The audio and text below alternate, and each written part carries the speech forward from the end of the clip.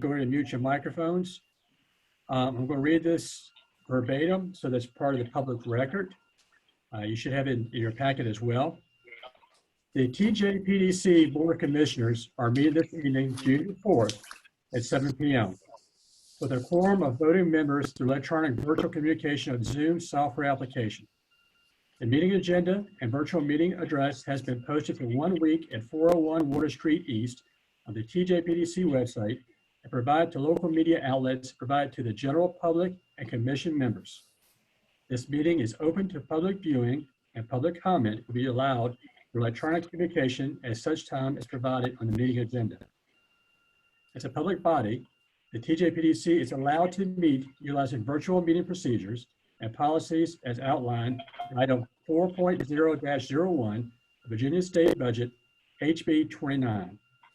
Item 4.0-01 allows public bodies to meet through electronic communication means through emergency declaration, such as the current COVID-19 emergency.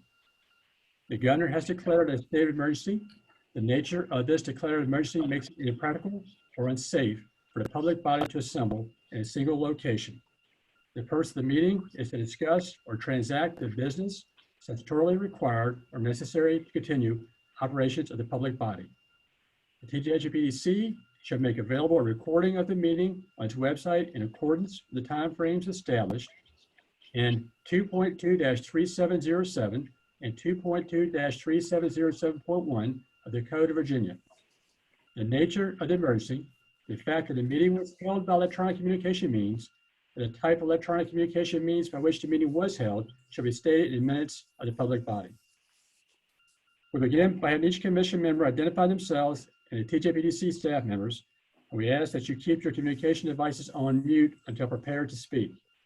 In addition, you may raise a hand or use the chat feature to initiate discussion. For those that are dialing in, to raise your hand is simply a *9. The public will be muted except for public comment periods. Those wishing to speak are asked to use the raise hand function or chat function or the Zoom program. And again, participants calling in may press *9 to utilize the raise hand function to speak during appropriate times. Staff will assist the chair, myself, in recognizing those who wish to speak with identifying motions, seconds, and votes. And the notice of electronic meeting due to COVID-19 state of emergency states, this meeting of the Thomas Jefferson Plan District Commission is being held pursuant to items 4.0-01 of the approved state budget, HB 29, that allows public bodies to hold electronic meetings in the current COVID-19 emergency, and that is impractical or unsafe to assemble in a single location, and the purpose of the meeting is to discuss or transact the business statutorily required or necessary to continue operations of the public body. This meeting is being held by electronic video and audio means through Zoom online meetings. It's accessible to the public with closed captioning, and there'll be an opportunity for public comment during a portion of the agenda. Notice is provided to the public through notice of TJPDC's office, the media, website, posting, and agenda. The meeting minutes will reflect the nature of the emergency. The meeting was held by electronic communication means and the type of electronic communication means by which the meeting was held. A recording of the meeting will be posted at www.tjpdc.org within 10 days of the meeting. Now, if you're dialing in or if you're connected, if for some reason you're disconnected, please just dial back in or reconnect, and Christine will be looking for you in the waiting room. She will then allow you back into the meeting. There have been a series of thunderstorms going through the area, so it's quite possible that as we pursue or go through the meeting, we will be disconnected. If I am disconnected, Chip will pick up where I left off. I'll just simply dial back in and then pick up once I'm reconnected. Okay, Chip, I think with that, I think we're at matters from the public. Yes, we are. I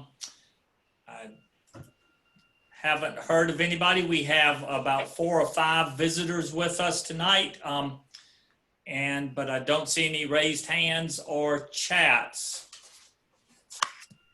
And just to remind you, if you wish to speak on a matters to the public, if you're doing a video, you simply scroll down to the bottom of your screen, select participants, find your name and raise your hand. If you're dialing in, it's simply a *9 feature. So Chip or Christine, do you see anybody? I think we do have, and yes, no one has asked to speak into public comment, but we do have Supervisor Donna Price, who's just asked about us identifying ourselves. And she is correct. We need to do that as part of the process. So Chip, do you want us to do a roll call vote or each commissioner just kind of chime in? How about if we just each chime in? It's still small enough, I think, and if we have a problem, we can stop and just call the rest. Sounds good. Okay, commissioners, if you could identify yourself. Bob Abiak, Louisa County. I'm Tony O'Brien, Fluvanna County.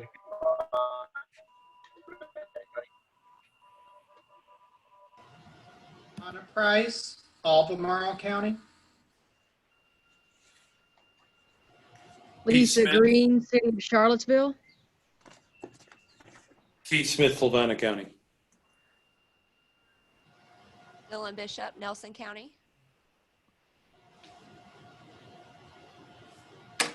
Dale Herring, Greene County.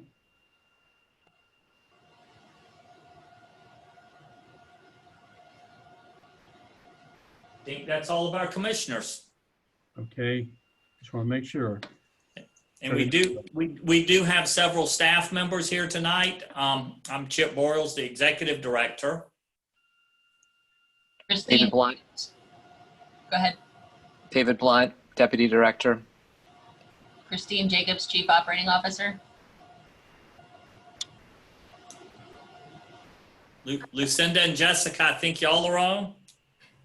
Yeah, Lucinda Shannon, Transportation Planner.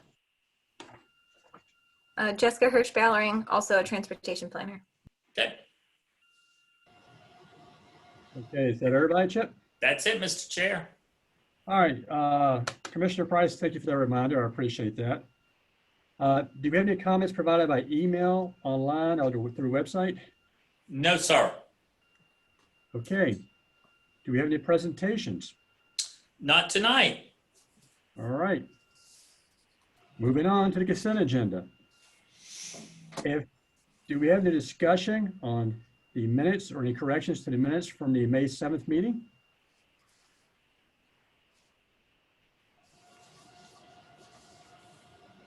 Do we have any discussions or corrections to the quarterly financial reports? And Mr. Chair, I'll go into some of those in detail during my director's report, but Do we have an agreement to take the consent agenda as one item? So move. We have a second? Second. All right. All those in favor? We should probably do a roll call vote. Let me correct that tonight. Last time we went through the process and it was a little confusing. I think Mr. O'Brien suggested that. So let's do a roll call vote tonight. That's okay. If I miss your name the first time through, forgive me. All right. Dylan Bishop, Aye. Keith Smith, Aye. Andrea Wilkerson, Aye. Tony O'Brien,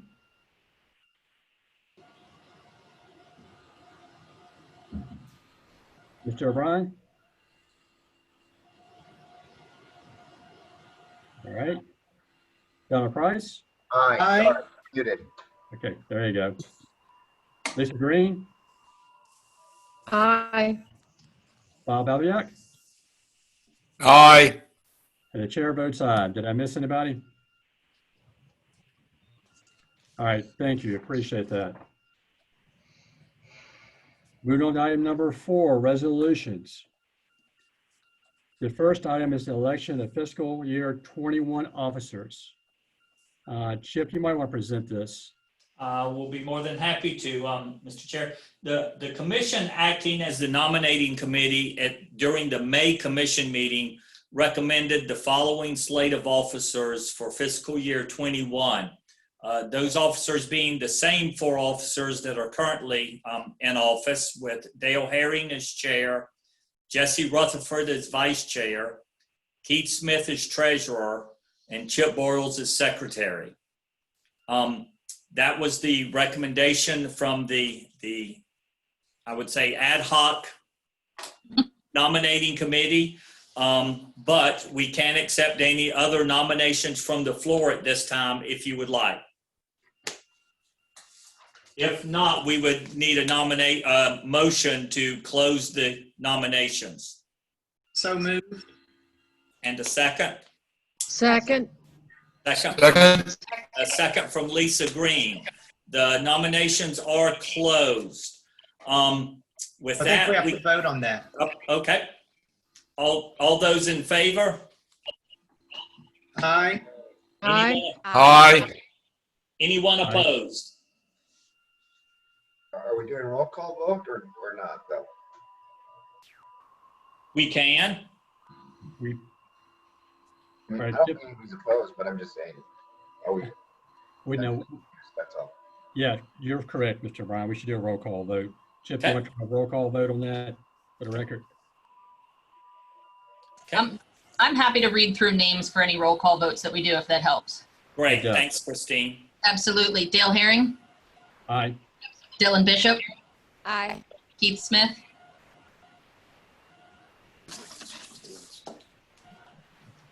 that was an aye. Let me see. Andrea Wilkinson, Aye. Tony O'Brien, Aye. Donna Price, Aye. Lisa Greene, Aye. Bob Babiak. Aye.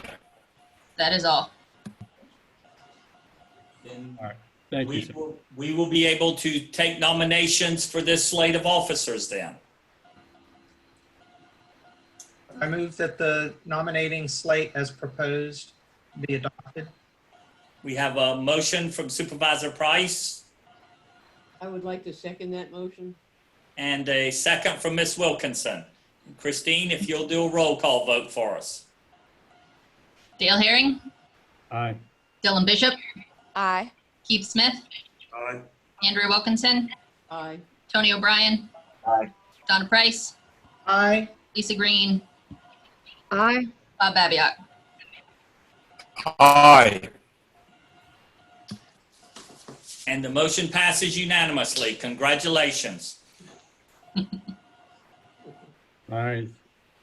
Thank you, sir. Appreciate that. Moving on to item 4B, the fiscal year 21 Rural Transportation Smart Scale Funding Support. Chip, I'll turn it over to you, sir. Okay, thank you again. Before you, I'll actually just talk about probably the next two items on your agenda because they're very similar. As you all know, it's smart scale transportation funding season, and each of the local governments, including the PDC and the MPO, all have 4 projects that they can submit to be considered for funding from VDOT as far as transportation projects. Tonight, we have broken out in 2 separate categories, resolutions. The first being projects that are submitted by the local governments in our region. This includes all of the jurisdictions except for the City of Charlottesville, which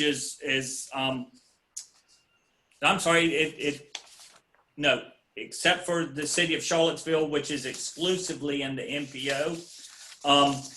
The MPO just has to sign off for support and consistency of the projects that are submitted by the local governments. In your packet is a list of those projects along with a summary, and I really have to give my applause to our planning staff, Lucinda and Jessica and Nick Morrison and Sandy Shackle for working with VDOT to put these summaries together. I think they're pretty self-explanatory. You will notice not all of those have cost associated with the projects yet. And that's just because they have not been able to develop a cost estimate for the projects yet. They're continuing their work, and the applications do not have to be submitted until August 3rd. But since our commission doesn't meet in July, this is our last opportunity to offer the resolution of support. Similarly, the PDC has 4 applications that we can submit. We received recommendations from the local governments and also reviewed with the regional transportation plan to come up with the 4 projects that you see before you there. And we submit those in a separate resolution. not only for support and consistency, but also with approval for us to submit those 4 projects. I would be glad to try to talk about any one of the projects. I don't have a lot of history or experience with any of the projects individually, and because most are generated out of the local governments, but I would be glad to try to answer anything general and try to answer specific if you do have a question. I have a question. Okay. I just, this is just a question regarding any priority consideration. The second actual under Louisa lists the Route 15 and 250 intersection change. And since it affects both Fluvanna and Louisa, does that gain any priority as far as funding? No, not as far as the location. Now, the local governments, it's my understanding you are able to prioritize the projects that you submit.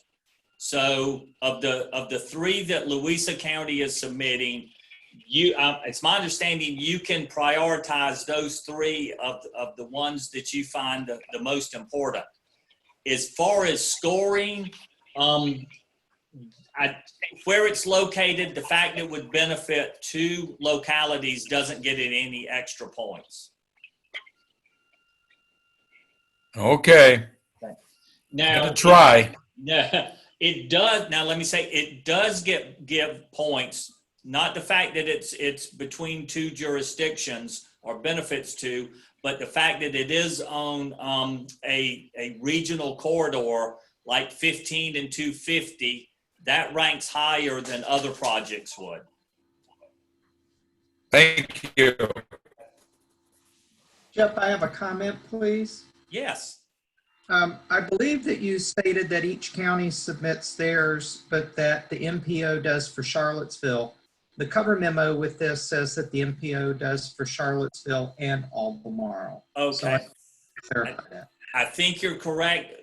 We just didn't have any for Charlottesville in this round. I understand. Thank you. Yes, my mistake.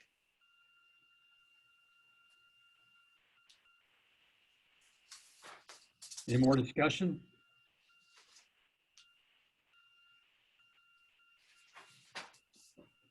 All right, Chip, I guess what we'll do is we'll do a motion for the 4B first and then for 4C. Okay. All right. Do I have a motion for the fiscal year 21 rural transportation smart scale funding support? So moved. Do we have a second? Second. Can we do a roll call vote? If Christine, if you'll call the commissioners' names. Yes, sir. We've got Dale Herring, Aye. Dylan Bishop, Aye. Keith Smith, Aye. Andrea Wilkinson, Aye. Tony O'Brien. Is that an aye? Tony O'Brien. Aye. Thank you. Donna Price, Aye. Lisa Greene, Aye. Rob Babiak. Aye. Motion is approved. Thank you. Moving on to item 4C. Do we have any more discussion on fiscal year 21 rural transportation smart scale TJPDC requests?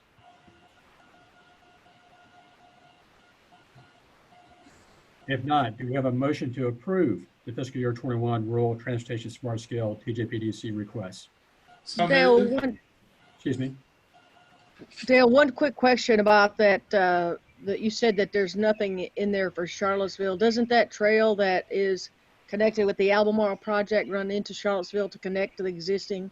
It does. It's just not a Charlottesville project. Got it. Thank you. Yes. Yes. My apologies, Donna. No problem. Do we have any more discussion, any more questions?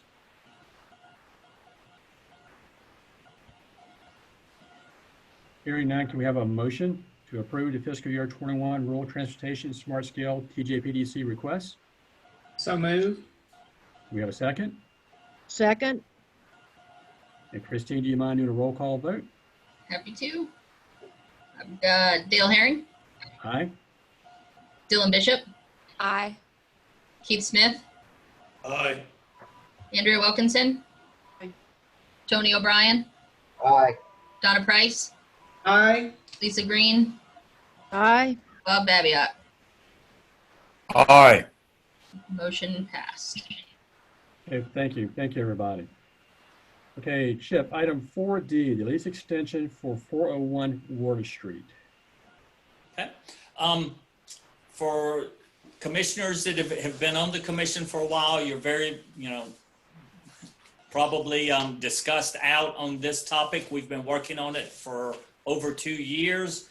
But for the new commissioners, we lease the building that we're in here at 401 Water Street.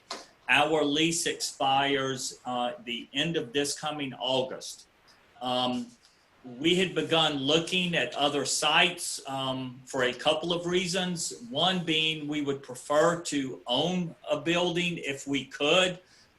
Would just make, I believe, a lot better sense in the long term, considering the way I kind of put it, we've been around for over 45 years. Had we started buying at some point in the past, we would be in a building that we own now. But we never have, so we began looking. The other thing that we knew is the property owners here had the intention of doing a major renovation and that we would have to move out during that renovation anyway. And we 2 years ago appointed a building committee, Keith Smith and Tony O'Brien, and we've had a few conversations with that. We really have not found a viable site to relocate that's in the center of all of our jurisdictions and also provides a place where we can hold the types of meetings that we hold here. So we haven't had success there. The other thing is that the landlords now are not intending to do any major renovations for several years, and they've offered us a lease extension pretty much at the same rate that we have had in the past. We've had a 3% a year inflationary clause for the past 10 years.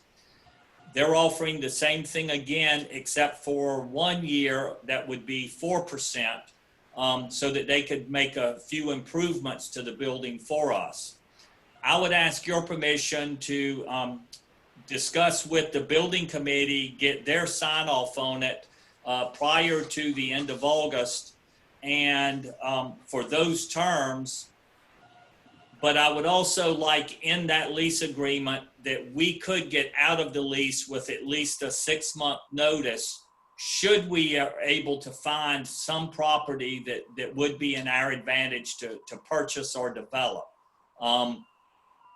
which we have talked about with the commission before. One of the things that we're eligible for as a regional government is to take advantage of the United States Department of Agriculture public facility loans.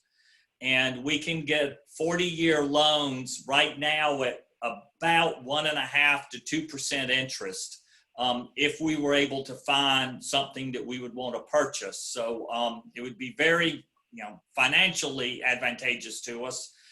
Just the cost of property in the general area here is so high. So I would ask your permission to do that. I would work with the building committee, and if the property owners agree, then we would sign that lease extension.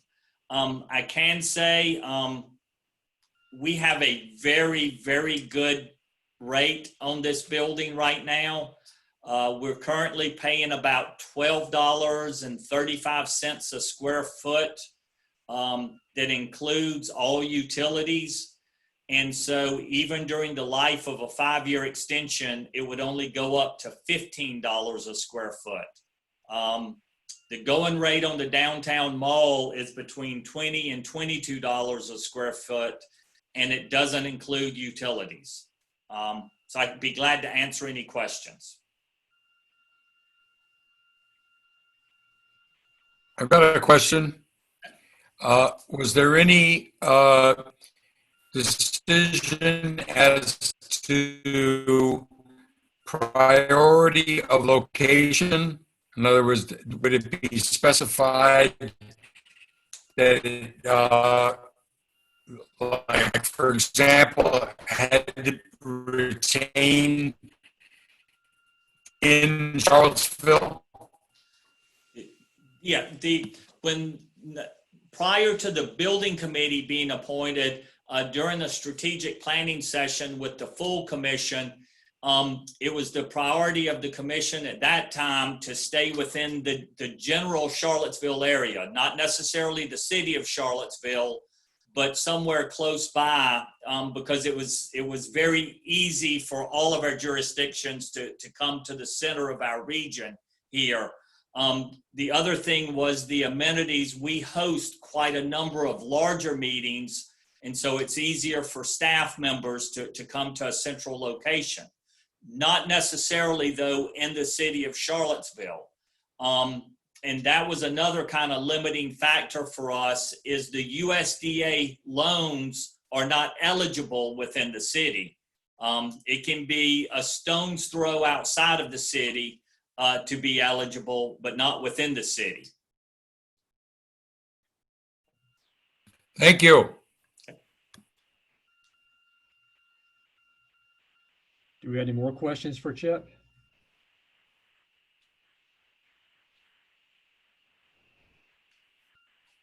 Okay, Chip, from the commissioners, you need a approval to pursue the lease extension and discuss it with the committee, correct? With the review of the committee, yes, sir. Do you have any verbiage for the resolution or the vote? If we could get a motion that would allow, after review and acceptance of the building committee, approval to execute a 5-year lease agreement. Okay, do we have a motion to pursue a 5-year lease agreement after the committee has reviewed the information? I so move as presented by Chip, with the proviso that we have a right to give 6 months notice if we can find a thing to buy. So everything Chip said, I would like to make a motion to do it as he said it. Thank you. Excellent. Do we have a second? Second. Christine, would you do a roll call vote for us, please? Was that Donna Price on the second? Yes. Thank you. Yes. Thank you. Roll call on Dale Herring, Aye. Dylan Bishop, Aye. Keith Smith, Aye. Andrea Wilkinson. Did you hear Andrea Wilkinson? Oh, I'm sorry. Did you hear me? No, I didn't, but I got you now. Tony O'Brien, Aye. Donna Price, Aye. Lisa Greene, Aye. Bob Babiot. Aye. Motion passes. Thank you. Thank you, everybody. The last item in the resolutions is 4E, the appointment of David Blunt as TJPDC Freedom of Information Officer. And Chip, I guess we turn this over to you for a quick discussion. I can do just very high level, and I'll let David chime in if he'd like. This past General Assembly session, prior to that, as you all know, being supervisors, that public bodies are required to have a Freedom of Information officer, a person that all Freedom of Information requests go to. That person's charged with resolving by providing the information or giving reasons why a local government can't or shouldn't provide that public information.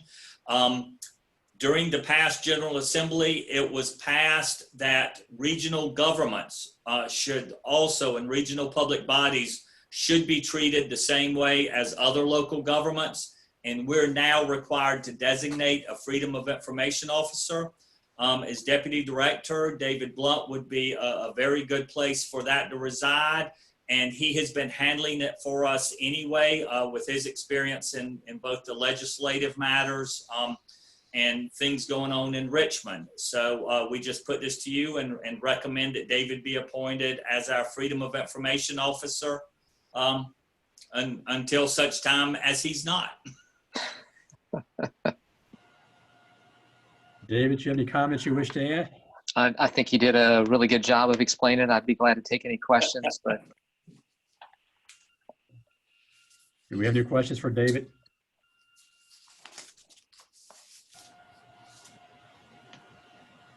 Hearing I have none. a quick Go question. ahead. Is this a position, does this title, this position go with the deputy director position in perpetuity, or would that be something that just for David? I would recommend just for David because he has a certain expertise in this area. And, you know, should he win the lottery and something happen, another person may be better versed than a deputy director would for it. Okay, I just didn't Yeah. know if we were looking at putting it in a place for, you know, the future. Yeah. no, and I would just add the code as it exists now, you know, does stipulate that it be someone with knowledge in this area. So yeah, we go with the person as opposed to the position. Thank you. And just to add to that, I've heard of organizations having a finance director because of their experience in the FOIA area as their FOIA agent or information officer.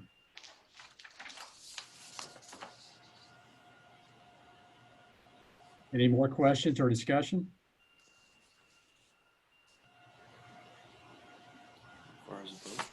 Okay, hearing none, do I have a motion? I so move. Do we have a second? Second? Was that you, Andrea Yes, Wilkinson? it was me. Okay, thank you. Christine, do you mind doing a roll call vote? Dale Herring, Aye. Dylan Bishop, Aye. Keith Smith, Aye. Andrea Wilkinson, Aye. Tony O'Brien, Donna Price, Aye. Lisa Greene, Aye. Bob Babiak. Indubitably, yes.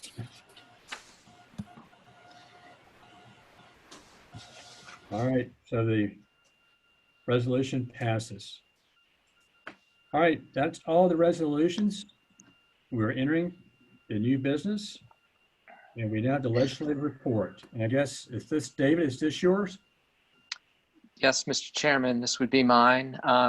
You do have in your packet a 1.5-page memo. Just really a legislative update. You know, typically I would have done something in person for you in the spring, you know, post General Assembly and after the final legislative summary has been completed. But wow, what a different year we're in. You know, you can see, you know, the major issues that I'm talking about in the memo really center around what's going on at the state level with revenues and the budget, just as you've been going through that at the local level as well. You know, the state officials are still saying that we're on track at the state level for a $1 billion shortfall in revenues when the books close on June 30th, and then at least another $1 billion for fiscal year 21. I think it's probably going to be higher than that. Right now, the legislative and administrative branches are working together on some scenario planning in anticipation of an August special session, which they would get back together. There would be a revised revenue estimate, and there will be amendments to the two-year state budget that was enacted by the General Assembly back in March.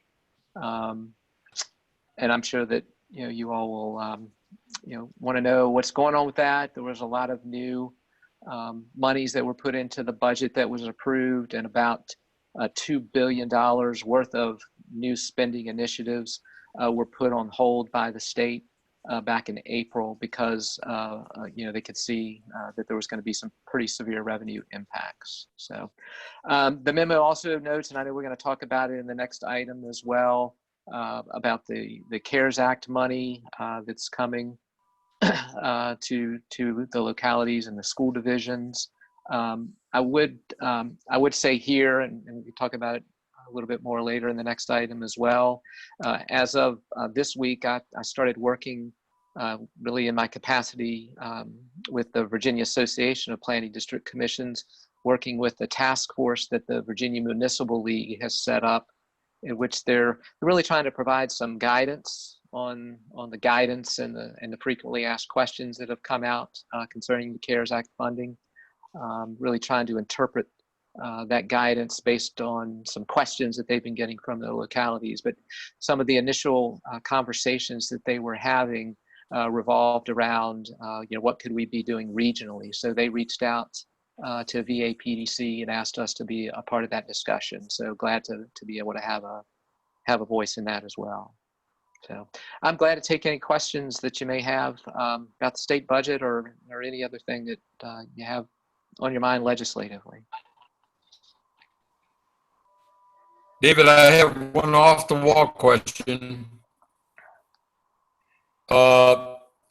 Since the ABC stores were considered necessary and approved for continued operation, was there any report as to how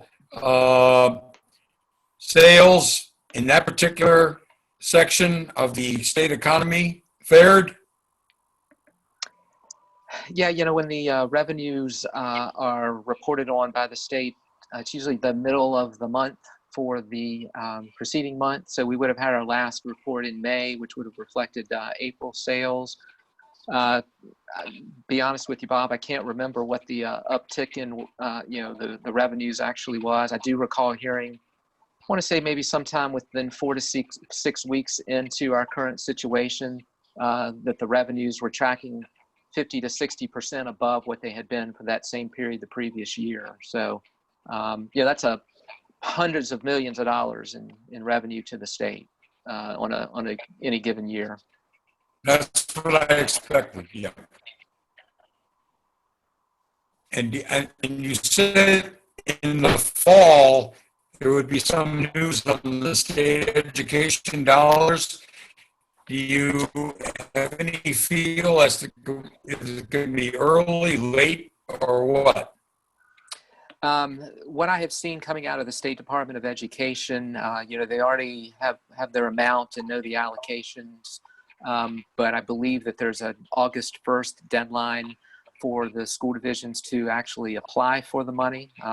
Has to be applied for, unlike I think, much quicker process that the localities had to certify with regard to the CARES Act money that was designated for localities. So at some point after August 1st, I don't know how long it would take the state to process everything and then make those allocations to the school divisions.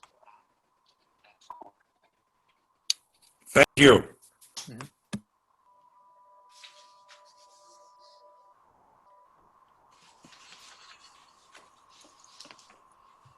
Any more questions for David?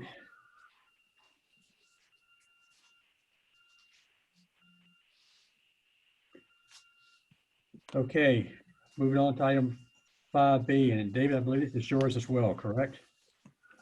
Yeah, Mr. Chairman, I believe this, this really kind of grew out of some discussion that we had at the, at the very beneficial and informative special meeting of the mayor and chairs and CAOs a couple of weeks ago, which we had participation from our representatives from the health department, as well as I think we had 4 high-level administration folks from UVA on that call as well. And I believe there was some discussion back then with regard to the CARES Act funding coming to localities and the idea that maybe we could have some discussion at the commission meeting about it. What I've included in your agenda packet, which those of you that are elected officials, I'm sure you've seen this, is the memo that came out about a month or so ago, a little less maybe, from Aubrey Lane, who's the Secretary of Finance, concerning the amount of funding for each locality county and city, that is, and uses of the $644 million in CARES Act funding that was going to be flowing to the localities. And then there's some related attachments that are that provide guidance and are those frequently asked question responses that were provided by the U.S. Treasury along with the money that was sent to the state. And there's, in fact, I think the version that you have there is dated maybe even be end of April, but there were actually just a few amendments that were made to the federal guidance in the past week or so. I think they came out the end of last week that addressed hazard pay. There was also some provisions in there, I think, on a couple of other issues as well. So, I think I hear something different almost every other day as far as what to expect out of Congress with regard to any next round of stimulus. The House had passed the HEROES Act, but that it's been made clear that the Senate is not going to act on that. I've been hearing that it's going to be next month, before Congress may consider another stimulus package. They've laid out some of their business for the remainder of this month. One day I hear like there's some sentiment in the Senate to include more assistance for state and local governments in the mix. I know they've got their priorities as well, and they also really want to see what the effect of the already approved stimulus relief, the various packages is. So, that's kind of the latest on that in terms of the money that's flowing to the localities and what may be forthcoming. I would encourage you, and I know a number of you all have already communicated with your federal legislators and urging them to either provide more flexibility in the current money that's been allocated. I don't think that is going to happen, in any forthcoming guidance from Treasury that we may see, but certainly, advocating for the next, round of funding, if there is to be one, and allowing for flexibility for that to be used for, I think, paramount what we're hearing from local governments is to replace the loss of local revenues. So, Mr. Chairman, that's my report on that. I'd be, again, glad to take any questions and certainly invite you all to have any discussion that you may want to have on this. David, I wouldn't want to miss another opportunity to ask another question. In the divvying up, as far as, for example, Louisa County, out of that stipend, we are been given the requirement of funding both the city of Louisa and the city of Mineral, and I believe it was $200,000. But the question was, if they spend the money in a wrong manner or illegal manner, does that liability fall upon the county? How is that determined? My understanding is you are correct that it does fall upon the county that made the appropriation. If it comes back that there's a post expenditure audit, which there will be, that's going to happen, and that there was determined that there was an ineligible use of the money, that would be the liability of the county. That's my understanding. Mr. Babiak, I hate to offer this, but it might help if you turned your video off. You're breaking up with your audio, and that might give you some more bandwidth.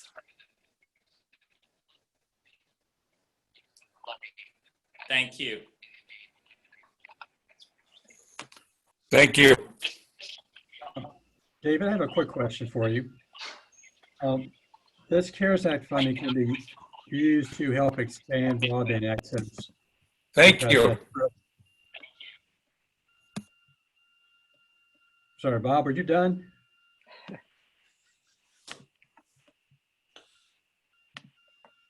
think there was some kind of a Alright. delay with his I think his so. sound. Mhm. I know his video had stopped and I could still hear his voice going through at one point. Thank you, Bob, for your question. David, with the broadband expansion or the fact that broadband is needed, especially now, is it a possibility that localities could join together to use the CARES Act funding to expand broadband coverage, as long as that's not an ongoing cost? For example, a lot of the Valley grants that we're going through, the provider would pay a certain amount of money, and of course the grant would cover the other portion. If the localities wanted to join together and cover the other portion with providers we're going to cover, would this money be eligible for that? In my understanding, it would be, but I'm not 100% sure. You know, the way that, and I'll send you this language from the additional guidance in the frequently asked questions section that was sent out specifically related to broadband, and it particularly addresses, and this may go not exactly in the direction your question did, specifically addresses distance learning and telework. But many places when you look at this guidance, it uses terms like to the extent that, and is substantially related to, and it all is kind of comes back to the COVID-19 public health emergency. So this this guidance that was just sent out last week that says the cost of projects that would not be expected to increase capacity to a significant extent until the need for distance learning and telework have passed due to the public health emergency would not be necessary, would not be eligible uses. So I'm not sure if what you're talking about fits into that or not. I don't think they necessarily want you to be using it unless it's related somehow to the public health emergency. Maybe an example of that would be, I think maybe Chip may have even mentioned it when we had that mayor and chairs meeting, but there's been some publicity around the state of a number of localities where they have put hotspots on school buses and taken them to different neighborhoods. In my mind, that would be an eligible expense, but whether or not it would be an eligible expense to have a project like you're describing, I don't know. We had a meeting with the Department of Education. Eric Feynman was part of that meeting. I asked a question, and he pretty much said he referred us to our local attorneys for verification. It sounds like it might be, but then again, he couldn't make that decision to reach out to local attorneys.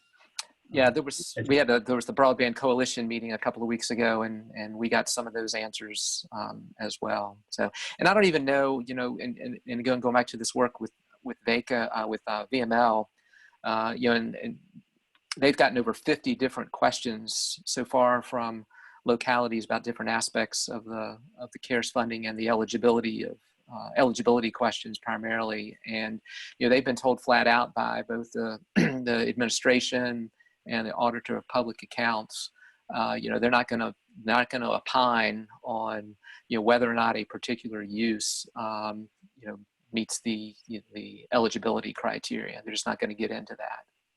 So it seems to be the line up and down.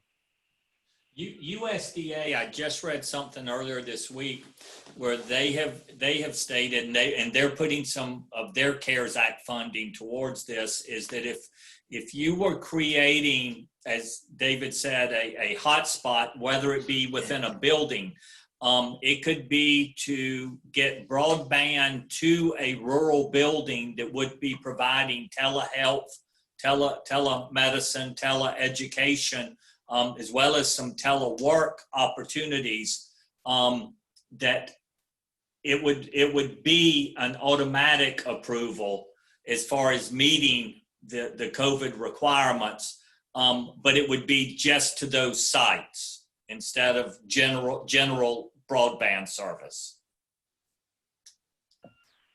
Thank you. The other question I had, it mentions about virtual learning, but it also states in there that it cannot be an ongoing cost.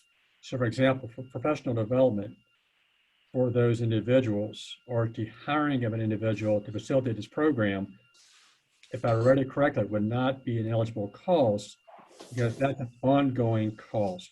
Is that correct? I would tend to agree with you, but I would also offer up, again, depending on when the money comes to the school divisions from that different pot of funding.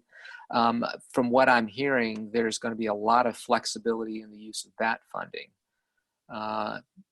recognizing the situation that we're in. So I would think it would be eligible under that pot of funds.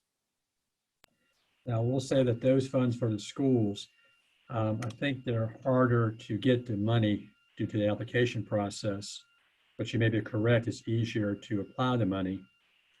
But just like Bob was saying, the money for the localities has to go to the towns or cities within the localities. The private schools in the area can also get the money to the public schools. Mm-hmm. So I'm not sure if everybody knew that or not, but if you have private schools, for example, Albemarle County, Charlottesville, they can request a part of that money. Right.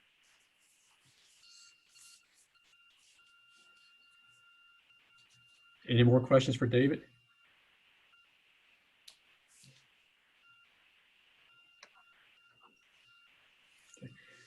David, I appreciate the presentation. I'll also reiterate, I think you may have stated this, the mayors and chairs meeting or a special meeting for the COVID-19. And I told Chip this, I'll tell everybody else this as well. I thought it was an excellent meeting. It was very well attended and a lot of good information was relayed by a lot of stakeholders during that meeting of what localities were doing, the issues they were having. So I just want to thank the TJPDC for putting that together for us, and it was really beneficial. So thank you, guys. Thank you. All right, Chip, I believe you're up next. I am. I will go over some of our financials and some of our current activities here at the PDC. We still remain, while perhaps not as strong as we have been in the recent past, but we still remain very strong in our financial positions. Our net quick assets continue to increase, currently at almost $753,000, which is just over 7 months of our available operating expenses. This is one of our somewhat liberal benchmarks that includes some of our accounts receivables and other items as far as our assets. As many of you know as well, we do take the balance between our net quick assets and then 5 months of operating expenses. And that's what we keep within our capital reserve account, which is just short of $240,000 now. The one area that we have is a concern area for us is that by the end of April, we were down to just over $100,000 of real cash. This is our most conservative benchmark area where, this is money that is immediately and readily available to use towards our operating expenses. We try to have 4 months of operating expenses in our unrestricted cash. We consider it a concern level when it is less than 2, and we were down to 1 month. What that basically means is we're doing a lot of work, but we had some outstanding invoices that we hadn't been paid for at the time.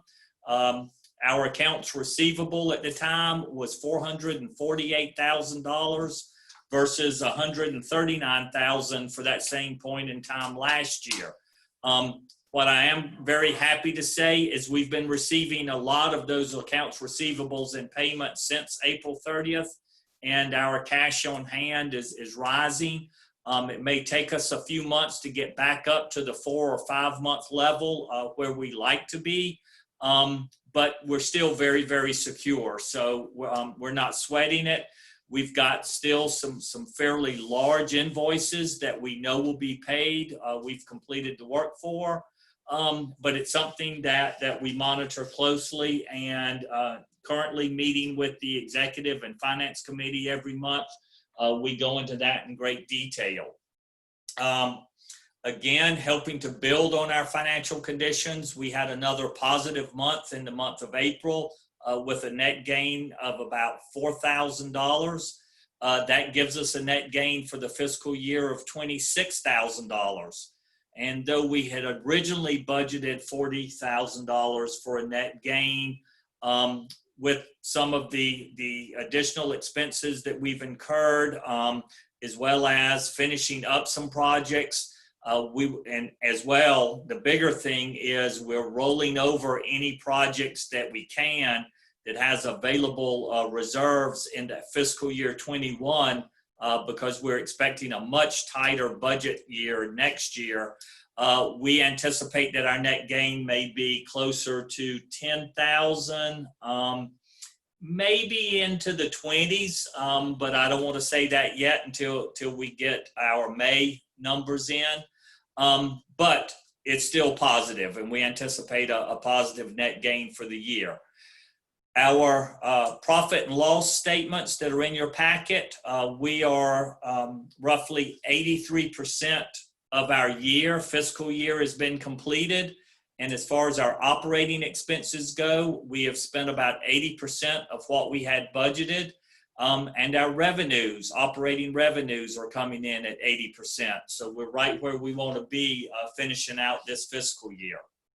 Our balance sheet continues to grow. We have total current assets of $1,062,000, and our total equity has increased by $55,000 since the same time last year. So we're still, even though our cash flow got a little bit low, we're still very financially stable and moving in a positive direction.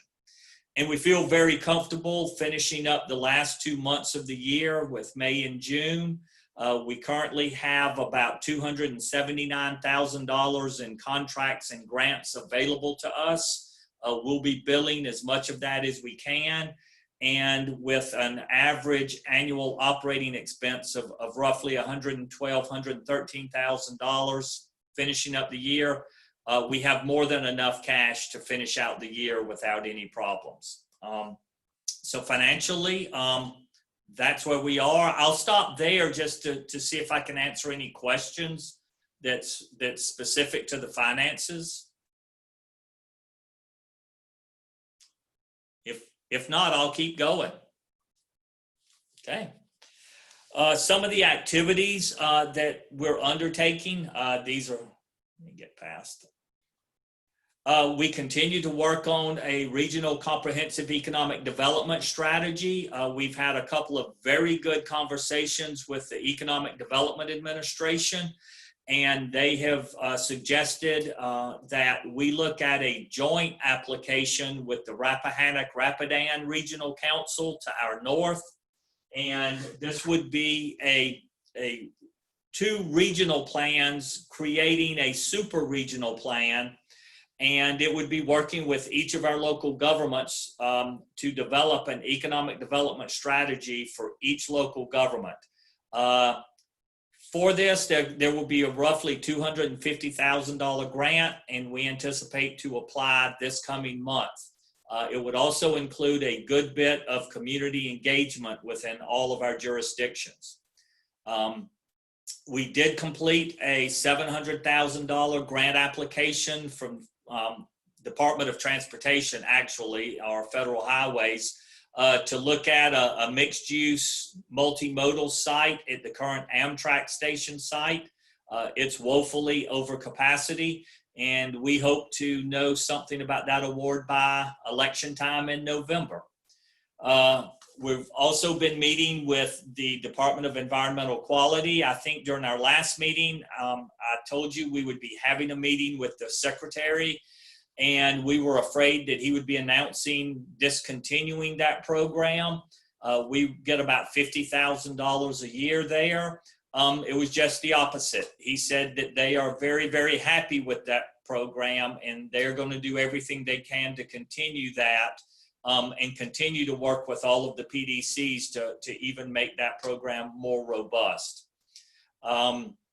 Couple of other transit projects I think I've already mentioned to you that we've applied for planning grants there. One is an Albemarle County specific project, and the other is a regional project looking at a regional visioning plan for the entire region of the PDC. Both Albemarle County and the City of Charlottesville committed the match funds towards that effort. We've also been working, Lucinda and the transportation planners completed the unified work program for the MPO, and some of the major projects that we'll be looking at there for next fiscal year is a study to look at improvements for Route 29 North from Airport Road all the way up to Route 607 in Greene County. We've also most recently been working with Nelson County for a Go Virginia regional grant that would provide both legal and marketing and business practice and policy assistance to the food and beverage industry, specifically the adult beverage industry in Nelson County. It would be shared across the region, but Nelson is taking the lead on this. And the PDC would act as the grant manager and fiscal agents for this project. It's only probably about $40,000 or $50,000, but something that's helping to restart the food and beverage industry along that corridor. Finally, we're also working to review proposals for our IT communication services. This is the company that does our website, newsletters. It's a young man, Ryan Pace, who used to work for us. He has the current contract, and we received proposals in from 4 different companies, including Ryan's, and we're in the process of reviewing those for an award for a 5-year contract. We continue to look at cloud-based services. We've mentioned it to the commission several times, but it's becoming more and more important these days. And so we're looking for one just comprehensive service from a firm that could handle all of our IT work. We're not sure where that's going to head, but we continue to look that direction. June and July, Smart Scale, that will be the name of the game for most of us, is working towards that August 3rd deadline. I'm just checking up here. I see a couple of comments made, but can never get my bar to stay down. But that is pretty much what we're up to. In your packet is also a very detailed report. I'm not going to go through that, but if you have any questions from it as well, just please let us know. And if I can't answer them, I'll get you to one of the staff members who can. Thanks, Chip. Thank you. That's it, Mr. Chair. Be glad to answer any questions. Thank you, sir. Do we have any questions for Chip? Everybody's quiet tonight. Yeah. All right, sir. I believe the next time is yours as well. Okay. This is a regional broadband partnership update, correct? Yes. Just, I'm a real high level. This is the first draft, but wanted you to take a look at it since we won't be meeting in July. And honestly, it's our hope as staff, we're going to just keep pushing this forward. Would love to hear your feedback, but this is modeling a partnership on 2 very successful programs we have with the transit partnership and the housing partnership. This is a little bit less formal. We think it is a lot more convening and facilitating and gathering information, bringing people together without having to have a chair, a vice chair, formal meeting guidelines, but working to build those bridges between all of the different players of getting broadband expanded within our region. to include advocacy and legislative oversight or legislative review that David is currently doing already. So I just ask that you take a look at this. Please offer suggestions. If there's one place in particular, is making sure that while we're proposing that this partnership be open to the public, we want to make sure we invite all the right people, the schools, the planning commissions, the business community, the food and beverage community. We want to make sure we have all the right players at the table that are participating in this. So I just ask you to take a look at this in your free time, and please offer any insight and suggestions that you may have. Do we have any questions or comments tonight from anybody on the Regional Broadband Partnership update?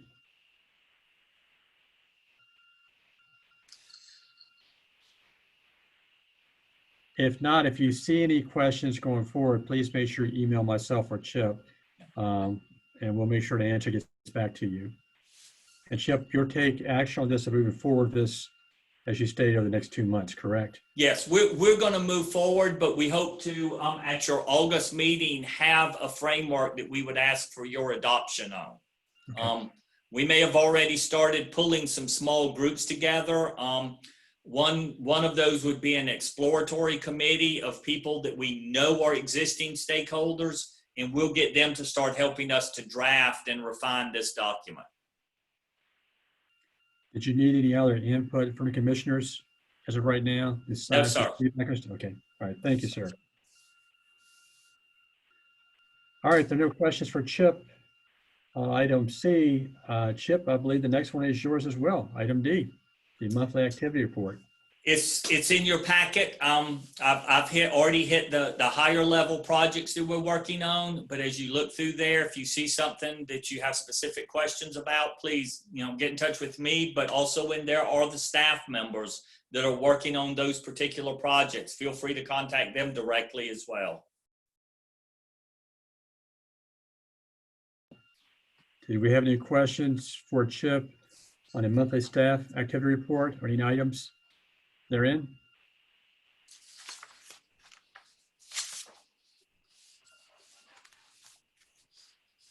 Okay, we're on to other business at a roundtable discussion. So I think what I'll do, Christine, if you don't mind, I'll let you go ahead and start and just start the process. All right, we will start with Nelson County. I believe we have Dylan Bishop.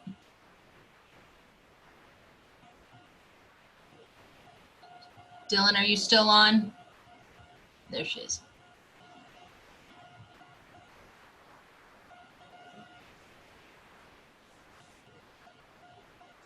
Looks like she. Dylan Bishop, can you hear us? She has herself muted. I can. Sorry, I got booted off and now I think I'm back up. Right on. Thanks. Sorry about that. No problem.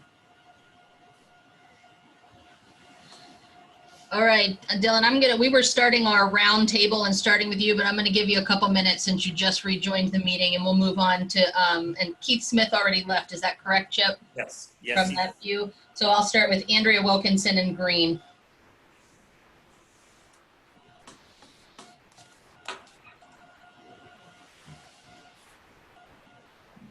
Andrea, can you hear us? I passed it on to Dale. Okay. We'll come back to me last then. All right, moving on down, we'll go to Tony O'Brien with Fluvanna. Not a lot to report. We're still operating under meetings that are, I don't want to say closed, but not open to the public. We're using Zoom. Not getting a lot of feedback from the public on that. We did get our allocation. Recent discussion has been how we are going to use our allocation for COVID relief funds. Like many counties, we're approaching a portion of those funds to be used for business grants. We're also going to be pretty aggressive about promoting advertising, and we're going to put placards and signs out on the roads promoting the use of masks, which I think is a good thing. We're cautiously optimistic that our budget's not totally screwed up, but we're monitoring the changes that are happening from there. And certainly we'd love to hear how other counties are considering using their allocations from the state as well too. And I love the idea of, that I think Mr. Herring proposed earlier of how we can maybe combine efforts there, because I suspect that a lot of counties are, facing the same dilemma, which is what is it that we can use it for? What is it that we can't use it for? And what are some creative ways that we could use it that maybe haven't been thought of before? So, like the kind of could you do a bus that has an access point on it, as an example? So some creative ideas I think could still happen. And we know that we're going to approach this every week in terms of what we can do from that standpoint. Other than that, I can't remember if I mentioned the last meeting, but the water tower is up. It is painted and it looks great. And we're anxiously waiting for the process to finish. Progress is being made on looking at some potential alternatives for the joint project between Louisa and Fluvanna and the JRWA board. So it's good to see that that's still moving in the direction, although it's going to take some time to resolve. I think that's it. Thank you, Mr. O'Brien. Next, I have Donna Price at Albemarle County. Thank you. Tony, that is, if you can call a water tower beautiful, it's a beautiful water tower, and the artwork on the side is very welcoming, I think. I applaud what y'all have done with something that normally does not gain a lot of positive impressions. In Albemarle County, like everyone around us, I know we're moving back towards a gradual reopening, yet anticipating it will not be before the 6th of July, before our county office building will be back to a more open to the public. And that is not to say it will be fully open to the public. Our community development office is open Monday, Wednesday, Friday from 8:30 to 4 or 4:30. And that is one of the few places that is actually open for the public to come in, but basically you can come in and drop papers off that have been held for 36 hours before anyone works on it, so it's easier just to do things online. To the best of our ability, we've been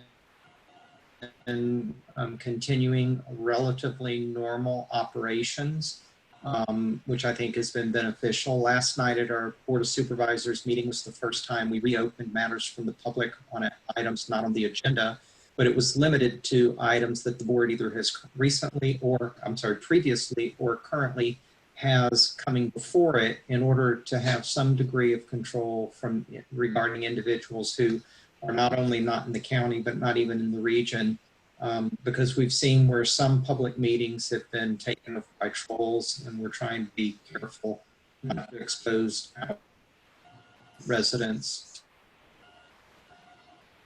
Have a lot of interest last night, but again, it was the first time we had done that. I apologize, I'm not prepared to discuss exactly how the CARES funding will be utilized in the county. I can say that our Albemarle County Broadband Authority, ABA, has been working very diligently and has been very successful in the past with the study grants. And we're working on that. We're seeking to expand our coverage, because as with many rural areas, there are many areas within Albemarle County where individuals and businesses do not have that accessibility. We've used hotspots on school buses and things like that to try and close the gap, but recognize that we really need something nationwide comparable to the 1936 Rural Electric Act to really ensure that we can get broadband throughout the country. Sort of like, the electrical cooperative sort of situation to make sure we can get that coverage. Other than that, we have been, like everyone else, cutting our budget, watching our our pennies and nickels and dimes. So far, things seem to be holding up pretty well for us. But when I see the legislative report and the reduction in state funds, we all know that we are very much dependent on some additional federal funding coming through. Thank you. Next, I have Lisa Greene, City of Charlottesville. Good evening, thank you. I have just some brief updates since the Planning Commission hasn't met since all of this took place. But we will have our first meeting coming this coming Tuesday, so June the 9th. So we're going to test out the Zoom Planning Commission meeting and see how that works. We've got one public hearing, so we won't be diving in too deep with more than one for this first one. We are still working on our comprehensive plan. We have a tagline called Seaville Plans Together. You can find out more information about that on the Charlottesville website under the Neighborhood Development Services page. And there's been some surveys that people are being asked to take, and some recent information was just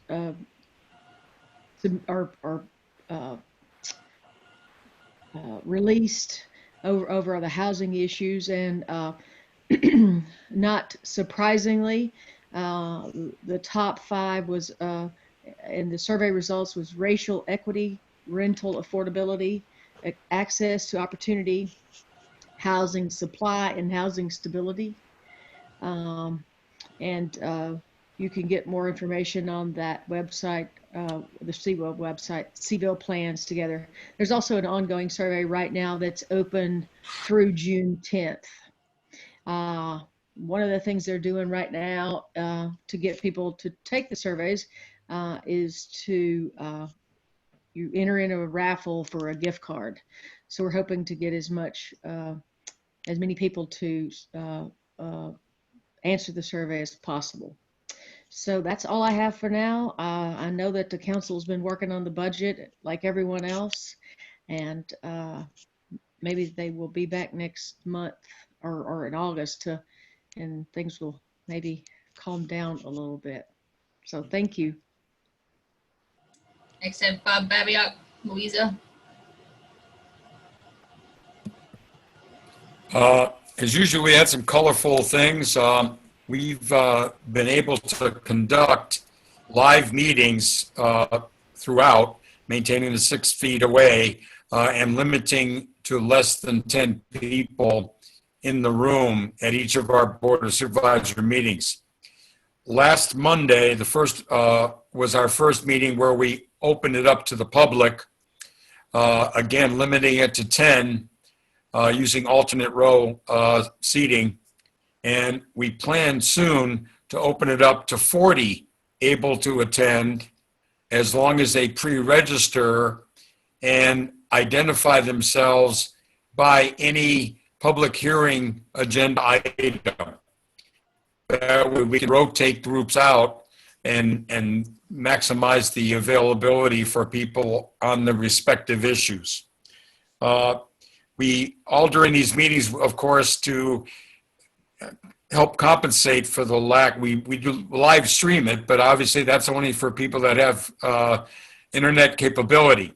So we do have a live telephone bank as well that supports people calling in.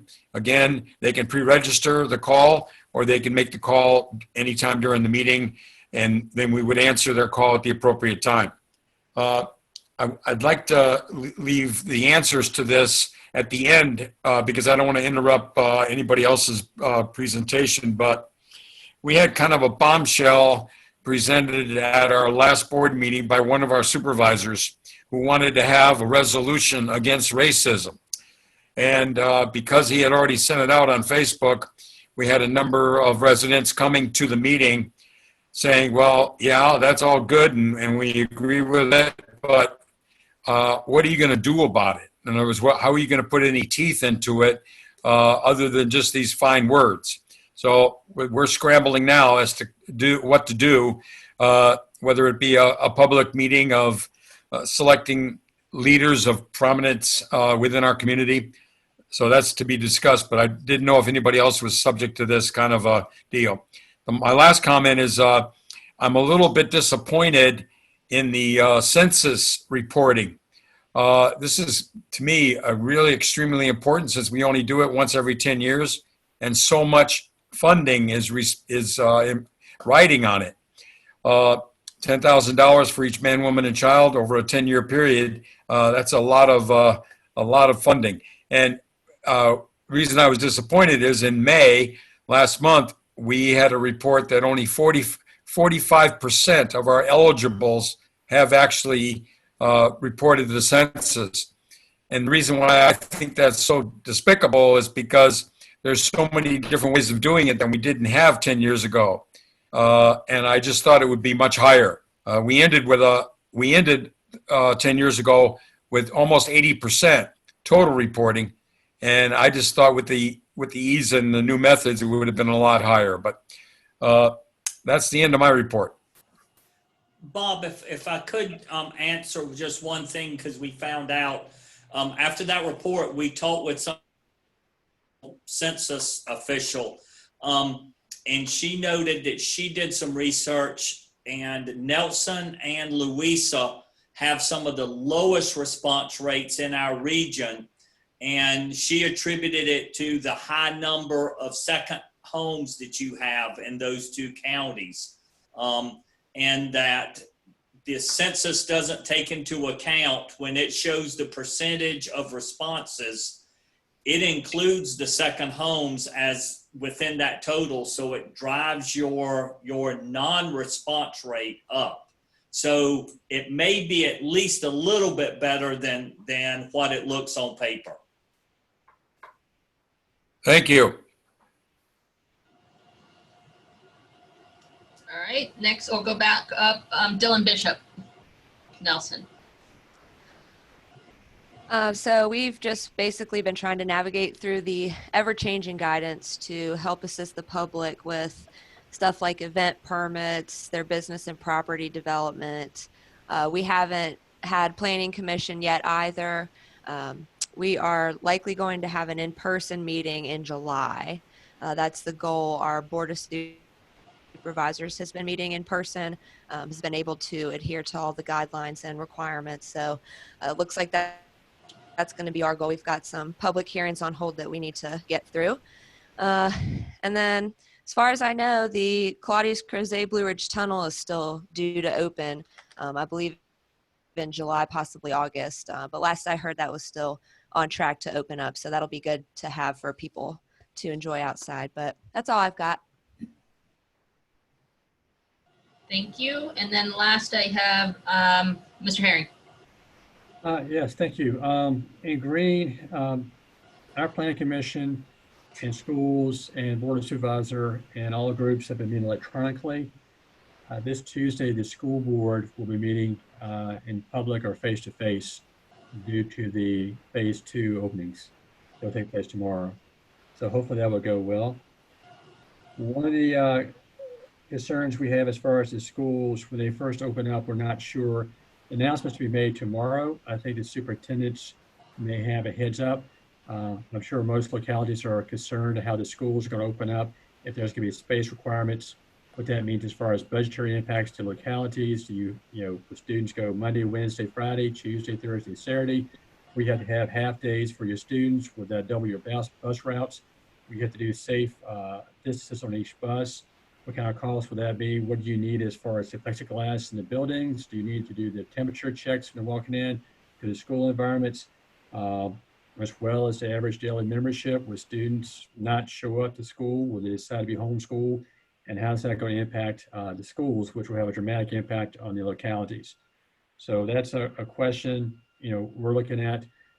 We did have a conversation, Mr. Friedel, our plan director, and myself, with the MITRE group from work with UVA on telemedicine.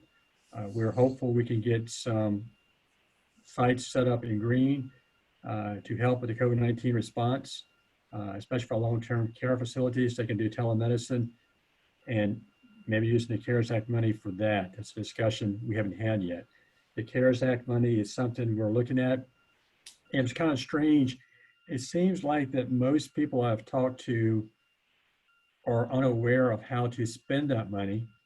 Definitely grateful that we have the money, but everybody's kind of at a loss exactly of how to apply it correctly because no one wants to be in a situation where they'll have to pay it back from a budget that's already suffering. So like Mr. O'Brien said, we're very curious what other localities are doing. And I think if we all work together, we might be able to do something that's beneficial to the region. And that's pretty much what we have right now for Greene. Like I said, we are passing our budget, believe it or not, this coming Tuesday night. We delayed that process, trying to get a better feel what the financials were. Honestly, I don't think we have any better idea today than we did 2 or 3 months ago, but it's our last time to pass it. So we're passing it one way or the other, or it may not pass, but it's being voted on Tuesday. All right, thank you. And with that said, do we have any other, first of all, Christine, I appreciate you doing that. I'd like to remind her, do we have any other comments or questions or suggestions from any commissioner before we move on?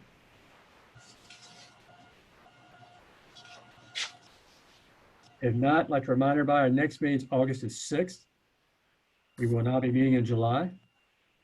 And I'd like to thank everybody for your patience during the past 2 virtual meetings. In August, we are not quite sure if it's going to be virtual or not. I'm sure as the time gets closer, Chip will let everybody know. I would suggest at that point, which is 2 months away, hopefully you will be driving back to Charlottesville. Maybe not, but we'll see. It could be a combination of both. Chip, did you have anything else you wish to add tonight before we adjourn? I think that's it for me. Thank you, Mr. Chair. All right, everybody. I appreciate it. Stay healthy, stay safe. And I've got to say, this is probably the first TJPDC meeting we've ended early. This is So good. I'm not sure if it's the caffeine I had or if everybody's just quiet tonight, but I'll take it. Thank you, guys. Thank Do I have a you. motion? Thank you. Do we have a motion to Thank adjourn you. the meeting? Thanks, Dale. Do we have a So motion? Thank you. Good night, everybody. Oh, wait, who moved? So moved. All right. Lisa. Greene, thank you, Lisa. Sorry about that. And Everybody said aye. Hi, let's go. Aye. all right, if you're okay with that, Christine, I'm okay with that. I think I got it. Lisa made a motion. I put Wilkinson for second, I believe. Yeah, that was, or third, whatever I was. And then all approved by verbal aye. Got it. Thank you, guys. Thanks, everyone. Stay healthy. Thank you. Take care. Good night. Night. Good night, everybody. Thank you.